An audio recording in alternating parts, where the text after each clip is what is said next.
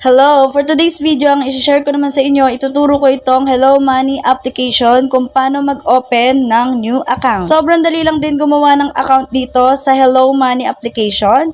So kung ready ka na, make sure nakapag-like ka na sa ating video at mag-iwan ka ng comment dyan para alam kong napanood mo ito. At kung bago ka pa lang, syempre mag-subscribe.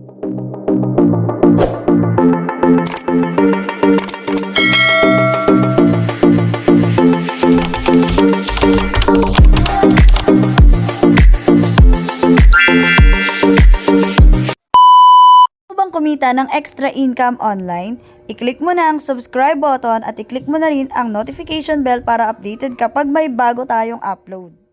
Subscribe ka na. So, ito yung pinaka-face ng application pagka-open pa lang natin. Syempre, AUB. Ang Hello Money app nga pala ay galing sa AUB na bangko. Syempre, babasahin mo ang terms and condition. Ayan, pinas-forward lang natin para mabilis. And then, makikita nyo naman dyan na merong check, i-check mo lang then click continue. Get ready, make sure you have stable internet, prepare for video capture, registration may take 10 minutes, you must be at 18 years old. And then, syempre, i-click natin yung continue.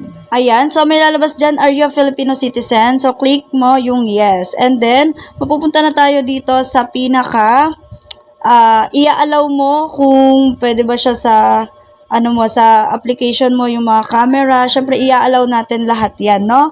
While using the app, pwede rin naman only this time. Ikaw yung bahala kung ano yung gusto mong dyan. Basta wag lang don't allow. Okay? And syempre, dito mag-fill up na tayo ng national ID verification. First name, middle name, last name, birthday, suffix. Okay, yung suffix yun yung mga junior, senior. At syempre, pag na-fill up na natin yan, so ayan, kinover ko lang din para sa security. Ito na yung lalabas. Fill sys verification. So, click mo lang yung proceed. Ayan, waiting to you for your confirmation camera. Okay, so dito, pwede ka namang, kung merong hijab man sa inyo, okay lang, no? Walang problema. Basta malinis, magandang tignan yung anggulo ng muka. Malinaw, hindi sobrang dilim. Ayan, may mga naman dyan kung paano yung dapat mong gawin. And then, syempre, i-click mo na yung start liveness. At ayan, syempre, mag-selfie verification na tayo. Tinakpan ko lang din yung face natin dyan, no, para naman sa security natin. Ayan, so ini-scan na ng application yung ating face. And yan, makikita mo naman dyan kung maaano ka sa national ID. Well, national ID nga pala yung gamit dito sa application na to. Pero huwag kayong mag-alala dahil meron pa namang yes, kagaya niyan kung wala kayong national ID, mag-click kayo ng I do not have a national ID. And then ayan, may note diyan, i-okay mo lang.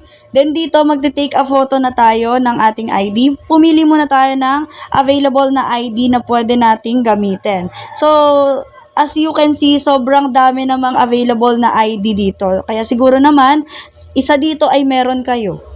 Meron dyang driver's license, Philippine passport, postal ID, voter's ID, barangay certification, government service, at kung ano-ano pa. So, basahin nyo na lang din, pababa naman yan, napakarami pa niyan. After nyan, ayan, nakalagay na tax identification card nga pala yung gamit ko dahil yan lang yung available sa ID na nandoon.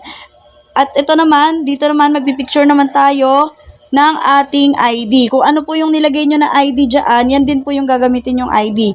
Back and front po yung picture. So, sa ngayon, ang pipicturean muna natin ay etong ating front. Okay? Front ng ID natin. Ayan. So, pipicturean lang natin yan. Tapos, siguraduhin mo na malinaw. Walang mga sinag-sinag ng ilaw, mga ganyan. Basta siguraduhin makita yung mga number, buong detalye mo.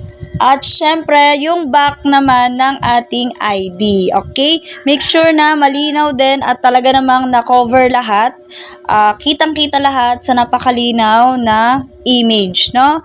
Iwasan na merong mga blurry at mga madidilim na parts. So, ayan. So, i-click na lang natin dyan yung next kapag okay na, satisfied ka na, at very good na yung iyong pagpipicture.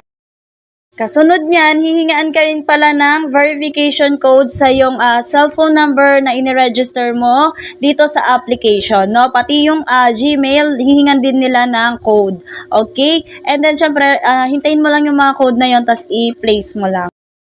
After mong ma-place lahat, lalabas to, birthday, gender, place of birth, present address, permanent source of income, at kung ano-ano pa. If-fill up mo lang din yan, and then, i-click mo yung next. Okay? So, verified na tayo. Ayan, isang ulit pa. Bali, 2 ulit mo yung gagawin, and then, magre-record ka ng video. Ito na yung record video na, ayun, nakita nyo naman doon yung sasabihin, yun, gayahin nyo lang yon. And then, eto naman, nakakalito to, no? So, hihingan ka ng ATM PIN at saka yung number nga na yan. Well, wala na yan. Hindi mo yan kailangan gawin sa ngayon, no? Click mo lang muna yung skip. I-check mo muna din, click mo yung skip. Ayan, so mamaya na natin gagawin yan or pagdating na sa'yo nung approval. Ayan, so pag na-approve na, tsaka pwede ka nang mag-enter doon. So click mo na lang yung okay. So ayan, pagka-click mo ng skip, dito ka na mapupunta sa tap to sign. Okay? Magsa-sign nga tayo dito or pipirma. Ayan, pipirma ka lang dyan. Click mo lang yan para makapirma ka. And then, syempre, i-check mo lang yung mga dapat i-check na yon, and i-click mo yung submit. Ayan, pagka-click mo ng submit, ito na yung lalabas. So, nakalagay dito, thank you for applying within next banking day daw. So, baka kinabukasan dumating na yung confirmation. Ayan, i-screenshot mo na lang yan para sure, no? Baka kasi hanapin yan pag pumunta ka sa bangko kapag kukunin mo na yung iyong ATM card. So, yun lang. Thank you very much sa nanood ng aking video. Ayan, make sure na nakapag-subscribe ka na and nakapag-like ka. Sana nagustuhan nyo yung mga video natin, tutorial na to, no? So, if ever man na meron kayong gustong i-comment, mag-comment na lang kayo sa comment section. Yun lang. Thank you very much and goodbye.